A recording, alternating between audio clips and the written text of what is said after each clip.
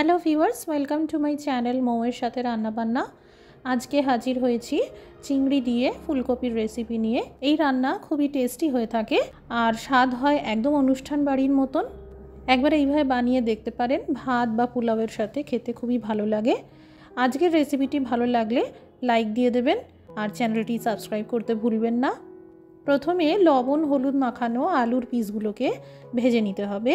এখানে 3টে বড় সাইজের আলুকে একটু বড় চৌকো সাইজ করে কেটে নিয়েছি, এতে রান্নাটা দেখতে ভালো লাগবে। আলু ভেজে নেওয়ার পর এবার এই একইভাবে লবণ হলুদ গুঁড়ো মাখানো ফুলকপিগুলো ভেজে নেব। বেশ ভাজা ভাজা করে নিলে খেতে ভালো লাগবে। যে কোনো ছুটির দিনে ভালো কিছু খেতে ইচ্ছে করলে এই পদটি অবশ্যই বানাবেন।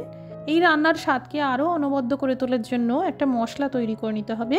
শুকনো প্যানে 1 চামচ আস্ত জিরে, 1 চামচ আস্ত ধনে, কয়েকটা গোটা গোলমরিচ, দারচিনি আর জায়ফলের ছোট্ট টুকরো, শুকনো আস্ত লঙ্কা একটা দিয়ে দিলাম। ভালো করে সেঁকে নিতে হবে। এই গোটা মশলা ভালো করে সেঁকে নেওয়ার পর নোড়া দিয়ে বা মিক্সিতে আধা গুঁড়ো করে নিতে হবে। এই রান্নায় এই মশলাটা অত্যন্তই অপরিহার্য।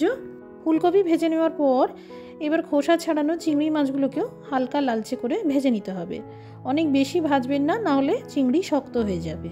চিংড়ি ভাজার জন্য চিংড়ির একটা ফ্লেভার তেলের মধ্যে রয়েছে, তাই বাকি রান্নাটা এই তেলেই করব। দিয়ে দিলাম লবঙ্গ, 2টো ফাটানো এলাচ আর একটা তেজপাতা। এবার দিয়ে দিলাম কুচানো পেঁয়াজ। এই রান্নায় পেঁয়াজ বেশি পরিমাণে ব্যবহার করা হয়ে থাকে। একদম বাদামি করে ভেজে নিতে হবে। এখানে পেঁয়াজ যত বেশি ভাজবেন রান্নার টেস্ট তত খুলবে। পেঁয়াজ ভাজতে ভাজতেই দিয়ে দিলাম কাঁচা লঙ্কার পেস্ট ও আদা রসুনের পেস্ট, সামান্য হলুদ গুঁড়ো দিয়ে আবারও ভাজতে থাকবো।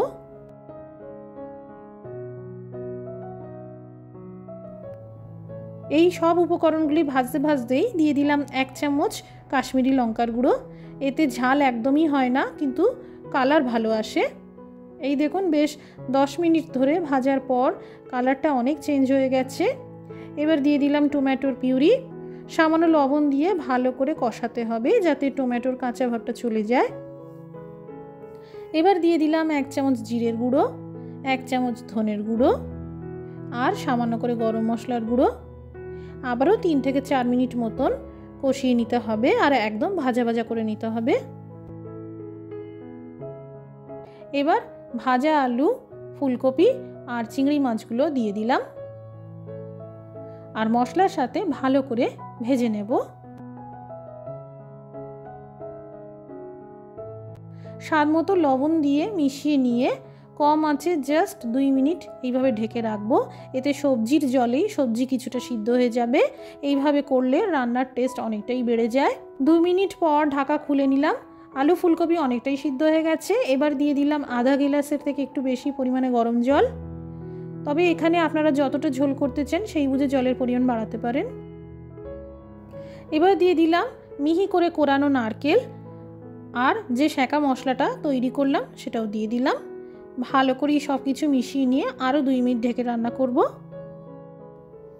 ঢাকা খুলে সবশেষে এবার মিশিয়ে দিলাম 1 চামচ ঘি আর কুচানো ধনেপাতা। তৈরি হয়ে গেল চিংড়ি দিয়ে ফুলকপির রেসিপি।